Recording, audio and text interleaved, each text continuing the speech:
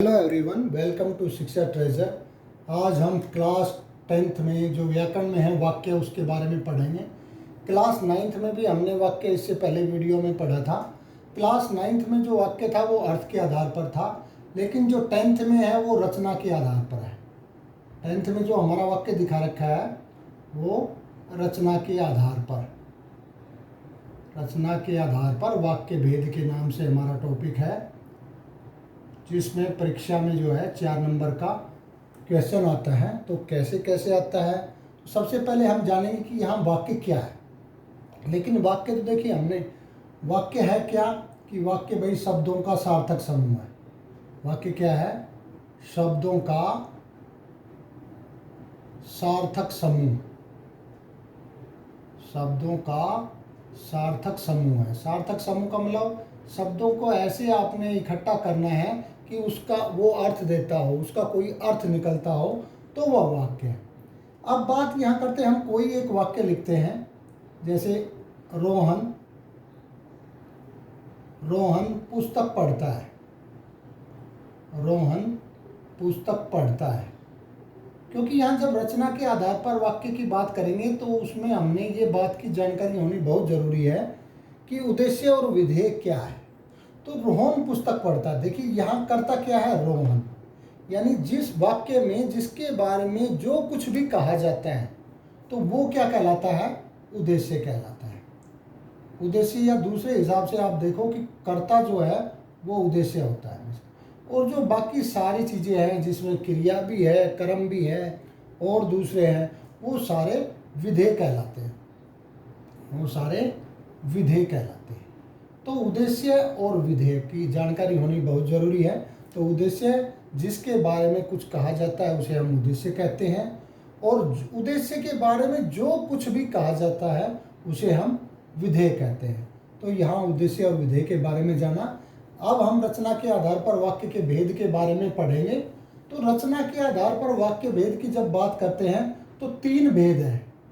जब हम भेद की बात करते हैं तो यहाँ भेद 3 है। वहाँ थे 8 भेद।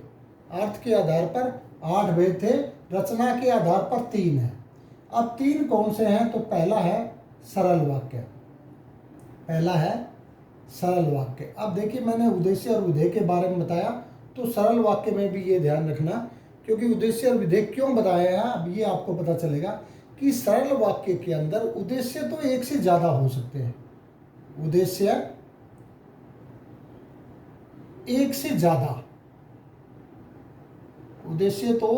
ज़्यादा हो सकते हैं इसमें, लेकिन विधेय जो है हमेशा एक ही होता है। विधेय इसमें हमेशा एक ही होता है, या दूसरे शब्दों में ये कहो कि क्रिया एक ही होती है इसमें। अब कैसे हम वाक्य बनाएंगे और वाक्य से जानेंगे। जैसे राजू क्रिकेट खेलता है। राजू क्रिकेट खेलता है। अब यह राजू क्या है? उद्देश्य है, और बाकी क्या है? विधेय है। तो विधेय एक ही है, खेलने का कार्य है यहाँ। विधेय यहाँ क्रिकेट खेलता है तो एक ही है यहाँ, और यहाँ उद्देश्य भी एक ही है। दूसरा देखिए, अब उद्देश्य हमने कहा था एक से ज़्यादा। मैंने राजू और राम क्रिकेट खेलते हैं। राजू और राम क्रिकेट खेलते हैं। अब देखिए, यहाँ उद्देश्य हमने एक से ज़्यादा कर दिया है, क्योंकि राजू और राम, और यहाँ अकेला राजू उद्देश्य था, और यहाँ राजू और राम हो गया। लेकिन विधेय वही है, वहाँ क्रिकेट खेलना का था, यहाँ भी क्रिकेट खेलना ही है। तो इस प्रकार से हम देखते हैं कि सरल वाक्य में विधेय एक ही है या क्रिया एक ही है, लेकिन उद्देश्य जो है वो एक और एक से ज़्यादा हो सकते हैं। अब हम बात करेंगे संयुक्त वाक्य की। तो संयुक्त वाक्य में क्या है कि यहाँ जो है विधेय एक से ज़्यादा हो सकते हैं। संयुक्त वाक्य में क्या होगा कि एक वाक्य के साथ दूसरा वाक्य भी जुड़ा रहेगा, और कुछ विशेष शब्द रहेंगे जिनके द्वारा वो जोड़ा जाता है, और इसमें जो है विधेय एक से ज़्यादा हो सकते हैं, यानी विधेय एक से ज़्यादा। और किन शब्दों के द्वारा जुड़े रहते हैं दो उपवाक्य? तो और, किंतु, परंतु, इसलिए। ये बहुत सारे शब्द हैं जिनके द्वारा जो है वो दो उपवाक्य आपस में जुड़े रहते हैं। तो वो हो गया संयुक्त। संयुक्त का मतलब होगा इकट्ठा। समयुक्त, युक्त का मतलब जोड़ा, बराबर का जोड़ा। यानी दो उपवाक्य अपने आप में पूर्ण रहते हैं, अपने आप में स्वतंत्र है वो, लेकिन वो कुछ शब्दों से जुड़े रहते हैं, तो वो है संयुक्त वाक्य। अब जैसे कैसे कहेंगे? राम खेलता है, राम खेलता है और गीता पढ़ती है। यहाँ दो उपवाक्य है, देखिए। एक तो पहला उपवाक्य है राम खेलता है, और दूसरा है गीता पढ़ती है। अब इन दोनों उपवाक्य को हमने और से जोड़ा है यहाँ, तो ये कौन सा हो गया? संयुक्त वाक्य, क्योंकि दोनों उपवाक्य अपने आप में पूर्ण है। राम खेलता है अगर मैं लिखता हूँ तो अपने आप में अर्थ दे रहा है, गीता पढ़ती है तो ये भी अपने आप में अर्थ निकल रहा है, लेकिन यहाँ और से हम दोनों को जोड़ दिया, तो अब ये बन गया संयुक्त वाक्य। अब जो तीसरा वाक्य है वो है मिश्र वाक्य। तीसरा जो इसका भेद है वो है मिश्र वाक्य। देखिए, मिश्र का मतलब क्या है? आपने साइंस में पढ़ा है कंपाउंड और मिक्सचर। कंपाउंड में तो क्या है, जब किसी भी दो चीज को आप लेते हैं, बराबर एक मात्रा में लेते हैं, तभी वो मिल करके कंपाउंड बनाती है। तो संयुक्त भी क्या है कि यहाँ दोनों वाक्य अपने आप में पूरे रहते हैं। जैसे वहाँ निश्चित मात्रा है तो यहाँ अपने आप में पूरे हैं, और उनको कुछ विशेष शब्द हो गए, वहाँ कुछ विशेष क्रिया के साथ कर करके या मिला करके उनको बनाया जाता है। तो यहाँ कुछ विशेष शब्दों से मिला करके हम उसको बनाते हैं। लेकिन जहाँ वहाँ मिक्सर की बात आती है, मिक्सर का मतलब कोई भी कम ज़्यादा किसी एक दूसरे के ऊपर निर्भर। तो यहाँ मिश्र वाक्य में क्या है कि एक वाक्य जो है वो दूसरे पर निर्भर है, एक वाक्य दूसरे पर निर्भर, एक वाक्य दूसरे पर निर्भर। अब जो ये इसका मतलब हो गया, इसमें भी एक से ज्यादा है, तो जो एक वाक्य है, एक तो क्या होगा, मुख्य वाक्य हो गया, इसमें मुख्य उपवाक्य है, क्योंकि उपवाक्य क्या है, वाक्य के हिस्से। और दूसरा जो होगा वो आश्रित उपवाक्य होगा, गौण कहो या आश्रित कहो। आश्रित का मतलब ही अपने आप में निर्भर वाला, तो आश्रित उपवाक्य। तो जो इसके मिश्र वाक्य में जो भेद भी बनाए गए हैं वो अब इसके आधार पर बनाए गए आश्रित उपवाक्य के, कि मिश्र वाक्य के अंदर एक मुख्य वाक्य होगा और दूसरा जो है वो आश्रित उपवाक्य होगा। अब कैसे? जैसे मैं यहाँ राम ने कहा कि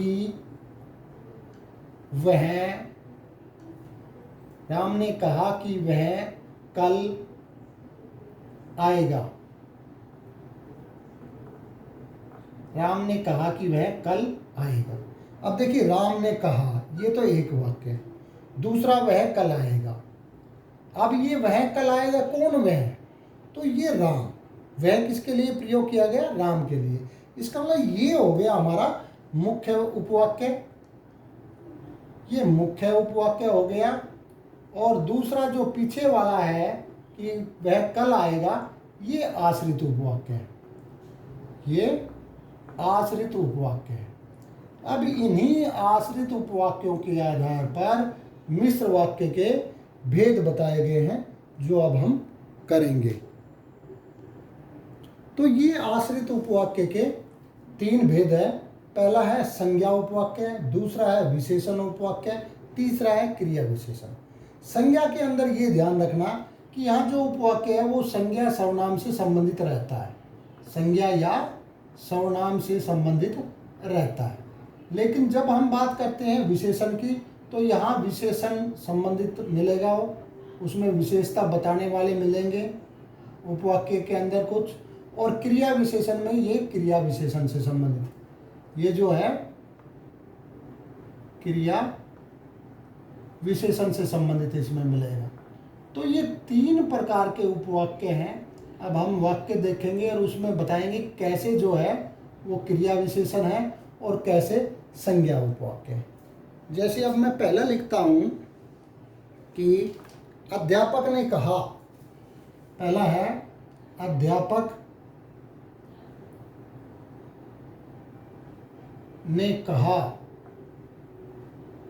कहा कि कल छुट्टी रहेगी, कल छुट्टी रहेगी।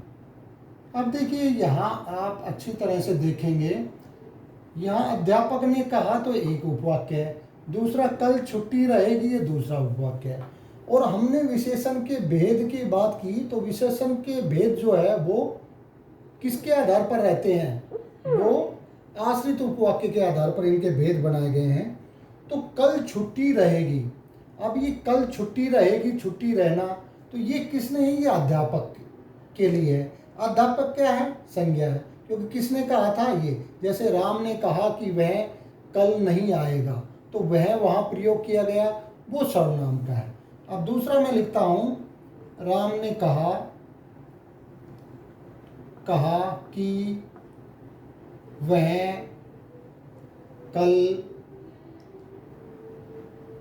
कल आएगा।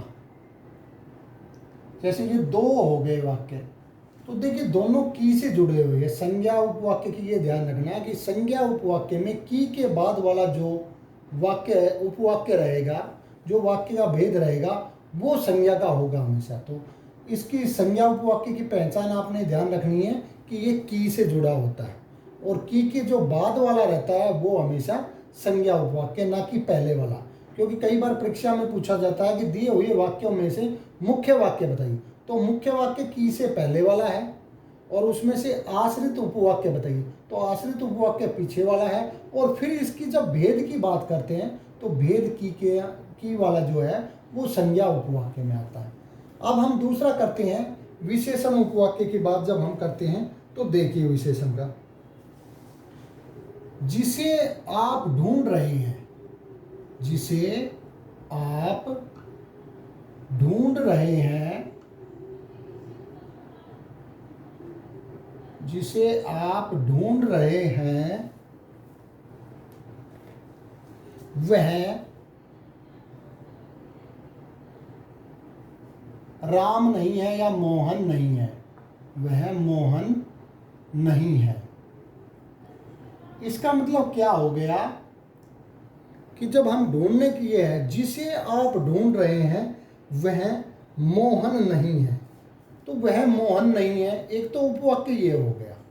दूसरा उपवाक्य जिसे आप ढूंढ रहे हैं, तो जिसे आप ढूंढ रहे हैं, जिसे, तो जिसे से क्या है, यानी विशेषता बता रहा है, यानी मोहन कौन सा नहीं है, जिसे आप ढूंढ रहे हैं, तो विशेषता बता रहा है ये। बाकी जो जिसे से जुड़ा रहे, या जो से, या जिसने, या जैसा से जो प्रारंभ होते हैं जो भी उपवाक्य है, तो वो विशेषण उपवाक्य कहलाते हैं। तो यहाँ ये विशेषण उपवाक्य हो गया। इसके बाद जब हम क्रिया विशेषण की बात करते हैं तो क्रिया की विशेषता बताने वाले, यानी जहाँ, अब देखिए, जहाँ आप पढ़ते हैं, जहाँ आप या तुम, जहाँ आप पढ़ते हैं वहीं मैं रहता हूँ, वहीं मैं रहता हूँ। तो जहाँ आप पढ़ते हैं वहीं मैं रहता हूँ, तो एक तो उपवाक्य होगा वहीं मैं रहता हूँ, एक जहाँ आप पढ़ते हैं, तो मैं कहाँ रहता हूँ, तो जहाँ पे आप पढ़ते हैं, यानी मैं तो रह रहा हूँ, ये तो मुख्य वाक्य है। लेकिन आपका काम हो गया कि जहाँ आप पढ़ते हैं, तो जहाँ के बाद जहाँ से जो उपवाक्य शुरू होता है तो वो क्रिया विशेषण वाक्य है, क्योंकि पढ़ना और रहना दोनों क्रियाओं से संबंधित है। मैं रहता हूँ यानी मेरी द्वारा वहाँ क्रिया की जा रही रहने की, और आप पढ़ रहे हैं तो आपके द्वारा पढ़ने की क्रिया की जा रही है। तो ये क्रिया की विशेषता बता रहे हैं। तो क्रिया की विशेषता, क्योंकि क्रिया कहाँ हो रही है, वहाँ हो रही है जहाँ पे आप पढ़ रहे हैं। तो ये हो गया। तो ये पहले दो थे संज्ञा के, और ये हो गया विशेषण का, और ये क्रिया विशेषण का। तो ये तीनों उपवाक्य के बारे में अच्छी तरह से ध्यान रखना कि जो संज्ञा उपवाक्य है वो की से के बाद वाला होता है, की से ये वाक्य में मिलता है। आपको पहचान करनी हो, कोई भी वाक्य आ जाए उसमें की का प्रयोग हो तो ध्यान रखना ये संज्ञा उपवाक्य है, और की के बाद वाला ही संज्ञा उपवाक्य मिलेगा। जब दूसरे में बात करते हैं तो जिसे, जिनको, या जिसने, जैसा या जो, इन शब्दों से जो प्रारंभ होते हैं तो वो विशेषण उपवाक्य में आते हैं। और क्रिया विशेषण में जब, जहाँ, जैसे, जो, यदि, इनसे शुरू होते हों तो वो क्रिया विशेषण उपवाक्य है।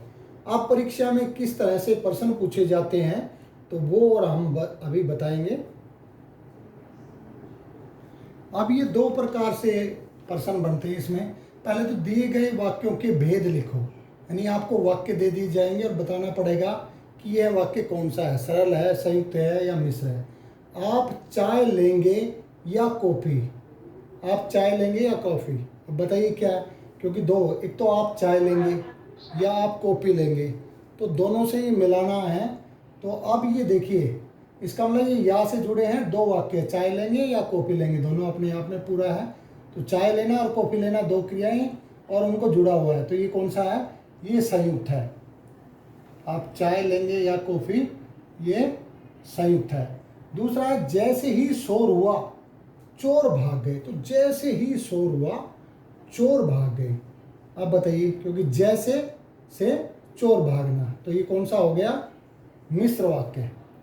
कौन सा है ये, मिश्र वाक्य। अब इसके बाद तीसरा है बिजली चमकते ही वर्षा होने लगी, तो बिजली चमकते ही वर्षा होने लगी, ये सरल बात है, तो यहाँ सरल वाक्य। तो ये ऐसे तीन यहाँ वाक्य दिए, तो आपने बताया कि भेद वो कौन कौन से थे, तो ये। अब जो दूसरा प्रश्न आता है कि दिए हुए वाक्यों को निर्देशानुसार बदलो, यानी बदलना है, ब्रैकेट में आपको दे दिया जाएगा और कोई वाक्य दिया जाएगा, जैसे इसको मिश्र में बदलना है। वह व्यायाम करने के लिए जिम जाती है, तो जब इसका मिश्र आपने बनाना है तो जब उसे व्यायाम करना होता है तब वह जिम जाती है, तो जब उसे व्यायाम करना होता है तब वह जिम जाती है, तो एक के ऊपर दूसरा निर्भर हो जाएगा। दूसरा है सरल बनाना है, 2 साल बीत गए पर पुल नहीं बना, यानी 2 साल बीत गए, एक वाक्य अपने आप में पूरा है, पुल नहीं बना, पर से इनको जोड़ दिया है। अब इसको हमने सरल वाक्य में बनाना है, तो सरल वाक्य में क्या है कि 2 साल बीतने पर भी पुल नहीं बना, 2 साल बीत गए पर पुल नहीं बना, तो 2 साल बीतने पर पुल नहीं बना, ये इसका सरल हो जाएगा। अब जो तीसरा है प्रातः होते ही पक्षी कलरव करने लगे, यानी जैसे सुबह होती है तो पक्षी जो है वो आवाज़ करने लग जाते हैं, तो इसको संयुक्त में बदलना है, तो प्रात हुई और पक्षी कलरव करने लगे, तो ये इसका संयुक्त वाक्य बन जाएगा। तो आज हमने यहाँ वाक्य क्या है, उद्देश्य और विधेय के बारे में पढ़ा, रचना के आधार पर वाक्य के भेद पढ़े, हर एक वाक्य के प्रकार के बारे में जाना कि कैसे हम पहचान कर सकते हैं कि वो वाक्य कौन सा है। फिर जैसे परीक्षा में प्रश्न आते हैं उसके अनुसार हमने यहाँ पढ़ा। फिर भी आपको लगता है कि इस वीडियो में कोई भी किसी तरह का आपको डाउट महसूस होता है तो आप कमेंट बॉक्स में जाकर के कमेंट कीजिए, और अगर आपको ये वीडियो पसंद आई हो तो इसे लाइक कीजिए और चैनल को सब्सक्राइब करना ना भूलें। Thank you.